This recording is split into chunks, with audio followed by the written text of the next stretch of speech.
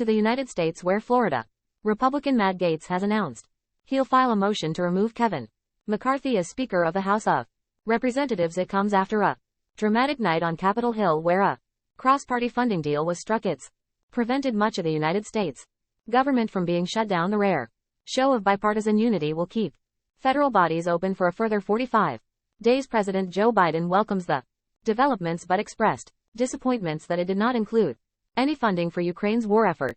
Both houses of Congress approved the bill just before the midnight deadline. They would have seen tens of thousands of federal employees placed on furlough and various government services suspended. So let's get more on this, and we can head to the United States, and Sean Dilley is waiting to talk to us, our North America correspondent. What's behind this latest development then, Sean? I mean, my goodness, yesterday was like something out of the House of Cards on Netflix. This building here behind me didn't stop spinning by lunchtime.